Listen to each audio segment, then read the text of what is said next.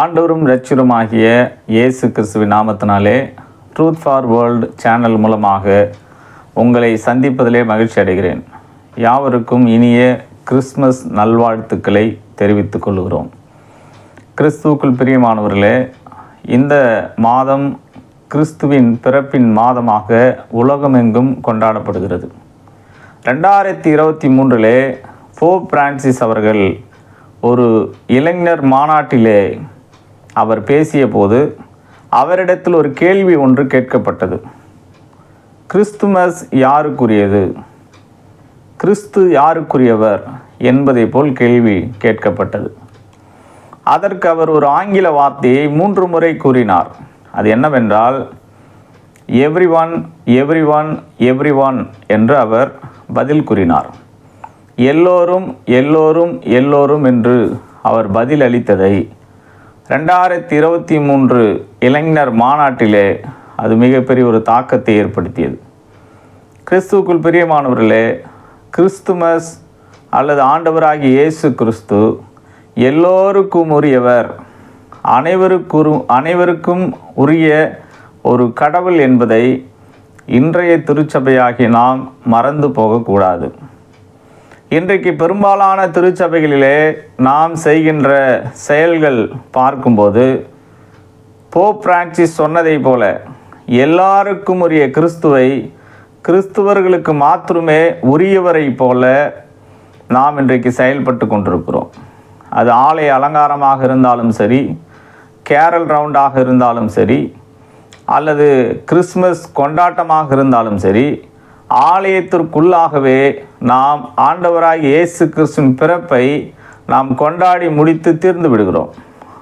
திருச்சபை அதற்கானது அல்ல.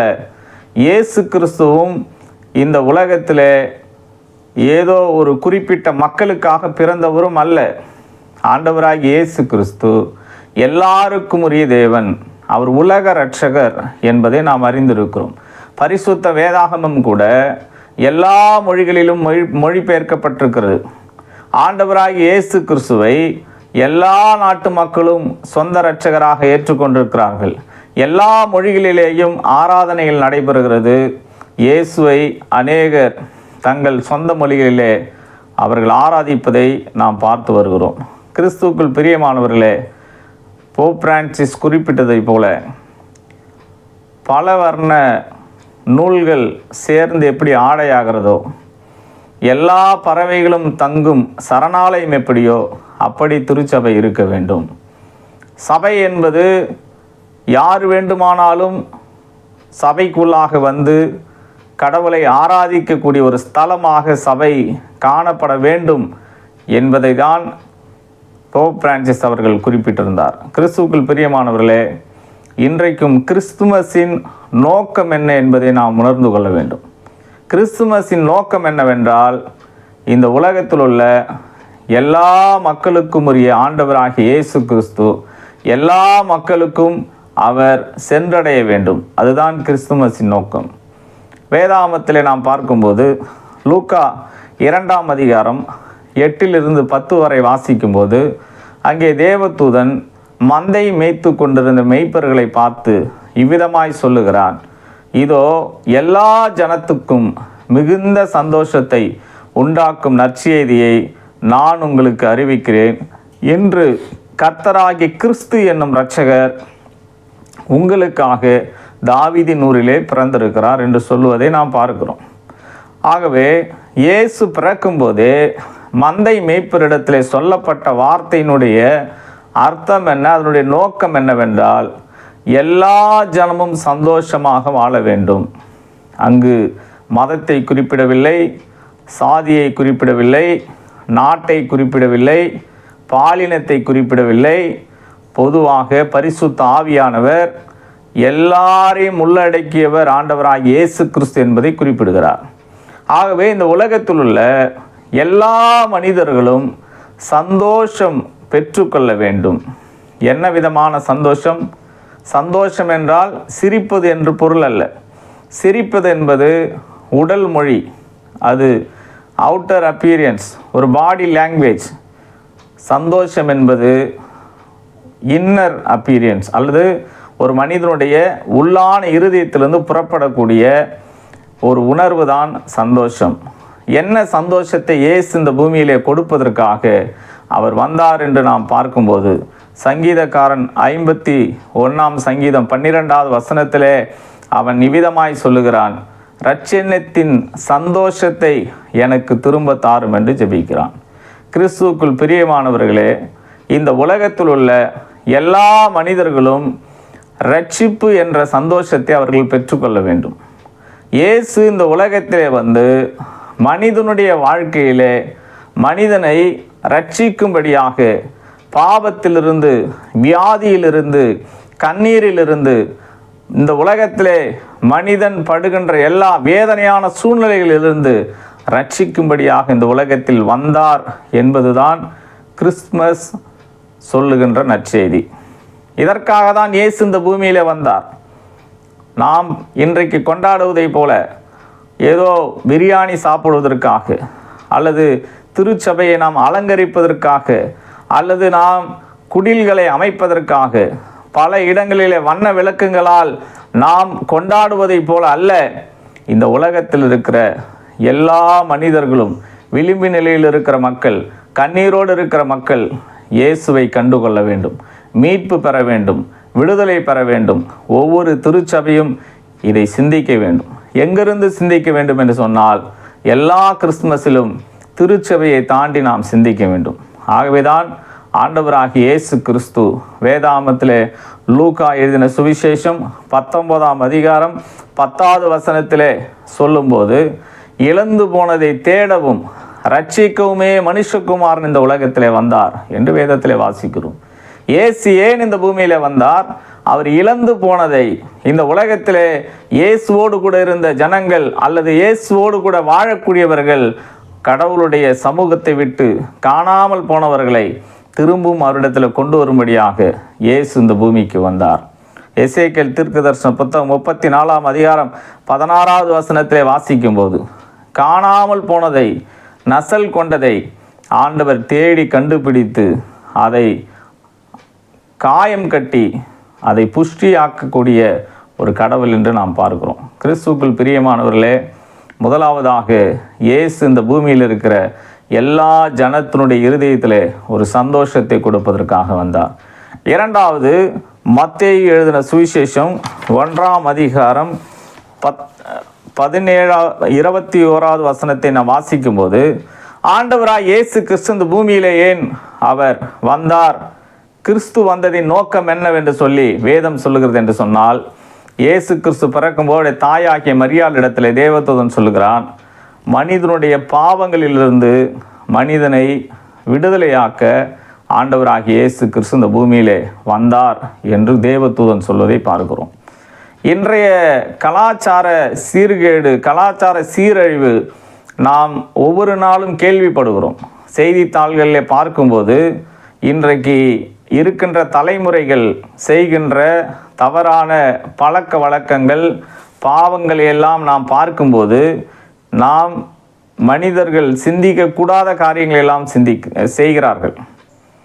சமீபத்தில் திருநெல்வேலி பாளையங்கோட்டை என்ற ஒரு பகுதியில் வகுப்பறையில் 9ஆம் வகுப்பு படிக்கின்ற 6 மாணவிகள் மது அருந்தி அவர்கள் வீடியோ எடுக்கப்பட்டு பள்ளியிலிருந்து அவர்கள் சஸ்பெண்ட் செய்யப்பட்டிருக்கிறார்கள். இதெல்லாம் கேள்விப்படாத ஒரு காரியமாக இன்றைக்கு காணப்படுகிறது. ஆண்டவராக இயேசு கிறிஸ்து இப்படி நமது வாழ்க்கையிலே பாவத்தில் இருக்கிற ஜனங்கள் விடுதலையாகும்படியாக இயேசு இந்த பூமியிலே அவர் அவதரித்தார்.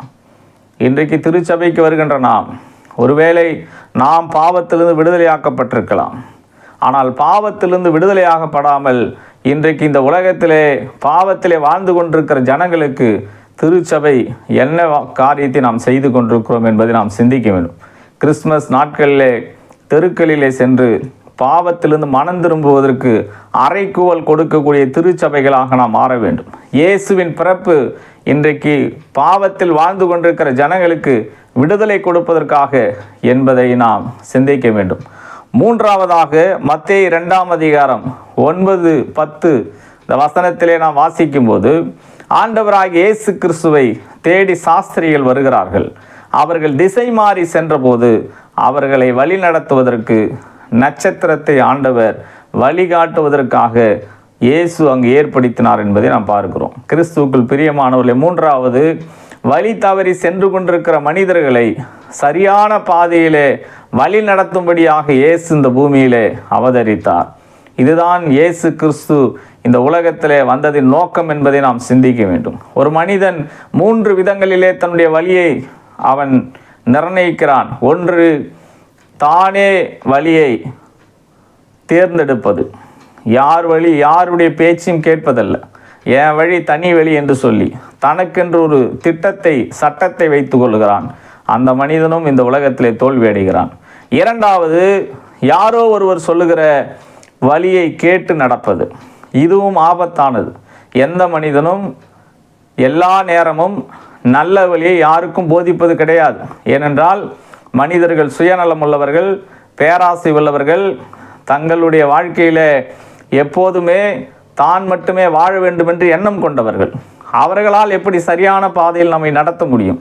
ஆகவேதான் விவேகானந்தர் சொன்னார், ஒருவன் உனக்கு வழிகாட்ட வேண்டுமென்று அல்லது வேறொருவன் உன்னை வழி நடத்த வேண்டுமென்று நீ வாழ விரும்பினால் நீ வாழ்வதை விட செத்து விடலாம் என்று சொல்லுகிறார்.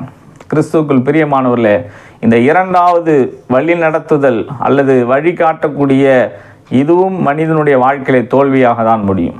மூன்றாவது, இறைவன் காட்டுகிற பாதை. இந்த வழிகாட்டுதல் தான் இன்றைக்கு இந்த உலகத்திலே தேவையாக இருக்கிறது. இயேசு கிறிஸ்து யோவான் 14ஆம் அதிகாரம் 6வது வசனத்திலே சொன்னார், நானே வழியும் சத்தியமும் ஜீவனுமாக இருக்கிறேன், என்னை அல்லாமல் ஒருவனும் பிதாவினிடத்திலே வரான் என்று இயேசு சொன்னதை நாம் பார்க்கிறோம். ஆகவே ஆண்டவராக இயேசு கிறிஸ்து இந்த பூமியிலே மனிதனுடைய வாழ்க்கையிலே சரியான வழியை காண்பிப்பதற்காக நட்சத்திரம் அவர்களை இயேசு இருந்த இடம் வரை கொண்டு வந்ததை வேதம் நமக்கு காண்பிக்கிறது. ஆகவே இந்த உலகத்திலே திசை மாறி சென்று கொண்டிருக்கின்ற அல்லது சரியான தீர்மானம் எடுக்க முடியாத மனிதர்களை சரியான பாதையில் நடத்தும்படியாக ஆண்டவராகிய இயேசு கிறிஸ்து இந்த பூமியில் அவதரித்தார். கடைசியாக லூக்கா 1ஆம் அதிகாரம் 28-31 வரை வாசிக்கும் போது, தேவதூதன் மரியாளிடத்திலே வந்து இயேசு கிறிஸ்துவின் வயிற்றில் பிறப்பார் என்ற அந்த செய்தியை சொன்னபோது மரியாள் கலங்கி அவள் பயப்படுகிறாள். அப்போது தேவதூதன் சொன்ன ஒரு வார்த்தை என்னவென்றால், மரியாளே பயப்படாதே என்ற ஒரு வார்த்தையை சொல்வதை நாம் பார்க்கிறோம். நான்காவதாக, இந்த உலகத்திலே இருக்கின்ற எல்லா மனிதர்களுடைய பயங்களை நீக்கும்படியாக இயேசு இந்த பூமியிலே அவதரித்தார். வேதாமத்திலே 366 முறை இந்த பயப்படாதே என்ற வார்த்தை சொல்லப்பட்டிருக்குது. மரியாளுக்கு மாத்திரமல்ல, யோவாஸ்நானுடைய தந்தையை பார்த்து தேவதூதன் சொல்லுகிறான் பயப்படாதே என்று சொல்லி. யோவான்ஸ்நானுடைய தந்தையை மாத்திரமல்ல, மந்தை மேய்த்து கொண்டிருந்த மேய்ப்பர்களை பார்த்து தேவதூதன் சொல்லுகிறான் பயப்படாதே என்று சொல்லி. ஆகவே இயேசு கிறிஸ்துவனுடைய பிறப்பிலே மனிதனுடைய வாழ்க்கையில் இருக்கின்ற பயங்களை போக்கும்படியாக இயேசு இந்த பூமியிலே அவதரித்தார். ஹிட்லருடைய வதை முகாம்களிலே ஒரு யூத குடும்பம் சிக்கி கொண்டார்கள். அந்த வதை முகாம்களிலே ஒரு கண்டிஷன் என்னவென்றால், கொடுக்கின்ற வேலையை செய்ய வேண்டும். வேலை செய்ய முடியாது என்று சொல்லி சோர்வடைந்தால் அவர்களை கொன்று விடுவார்கள். அதில் ஒரு குடும்பத்தில் 2 பிள்ளைகள், ஸ்டீஃபன், டேவிட் என்ற 2 பிள்ளைகள் இருந்தார்கள். அதில் டேவிட் என்பவன் மிகவும் பலவீனமுள்ள ஒரு மகனாக காணப்பட்டான். ஒவ்வொரு மாலை நேரத்திலும் இந்த பெற்றோர் அந்த டேவிட்டும் ஸ்டீஃபனும் வந்து சேரும் வரை வயிற்றிலே நெருப்பை கட்டி கொண்டிருப்பார்கள். இதேபோல் தினமும் பார்த்து கொண்டிருக்கும்போது ஒரு நாள் ஸ்டீஃபன் மட்டும் வருகிறான், டேவிட் வரவில்லை. அப்போது தந்தை அங்கலாய்த்து கேட்கிறார் ஸ்டீஃபனிடத்தில், டேவிட் எங்கே என்று சொல்லி கேட்டபோது, அவனுக்கு வேலை செய்ய முடியலை என்று சோர்வடைந்த போது அவன் சாகடிக்கப்படும்படி கொண்டு போகப்பட்டான் என்று சொல்லுகிறான். இதை கேட்ட தந்தை அதிர்ச்சி அடைகிறார். மறுபடியும் ஸ்டீஃபன் சொல்கிறான் பயப்படாதீங்க. அவனை கொண்டு போகும்போது அம்மா ஒரு வார்த்தை சொன்னாங்க, டேவிட் பயப்படாதே, நான் உன் கூட இருக்கிறேன் என்ற ஒரு வார்த்தை சொன்னார்கள். கிறிஸ்துவுக்குள் பிரியமானவர்களே, ஒரு ஆபத்தான காலகட்டத்திலே ஒரு தாய் தன்னுடைய மகனை பார்த்து பயப்படாதே என்று சொன்ன அந்த வார்த்தை அந்த மகனுக்கு எவ்வளவு ஒரு ஆறுதலை, தைரியத்தை கொடுத்திருக்குமோ, அதைவிட இந்த உலகத்திலே அனுதினம் எதிர்காலத்தை குறித்து, நமது வாழ்க்கையை குறித்து, இன்றைக்கு நம்முடைய குடும்பத்தை குறித்து, நம்முடைய வேலையை குறித்து பயந்து கொண்டிருக்கிற நம்மை இயேசு கிறிஸ்துவினுடைய பிறப்பு சொல்லுகிற ஒரு நற்செய்தி என்னவென்று சொன்னால், பயப்படாதே, நான் உன்னோடு கூட இருக்கிறேன் என்று ஆண்டவர் சொல்லியிருக்கிறார். மத்தேயு 28ஆம் அதிகாரம் 20வது வசனத்திலே இயேசு கிறிஸ்து இறுதியாக இந்த உலகத்தை விட்டு அவர் எடுத்துக்கொள்ளும்படி முன்பாக ஒரு வாக்கை கொடுத்துட்டு போனார். என்னவென்றால், இந்த உலகத்தின் முடிவு பரியந்தம் சகல நாட்களிலும் நான் உங்களுடனே கூட இருக்கிறேன் என்று இயேசு நமக்கு வாக்களித்திருக்கிறார்.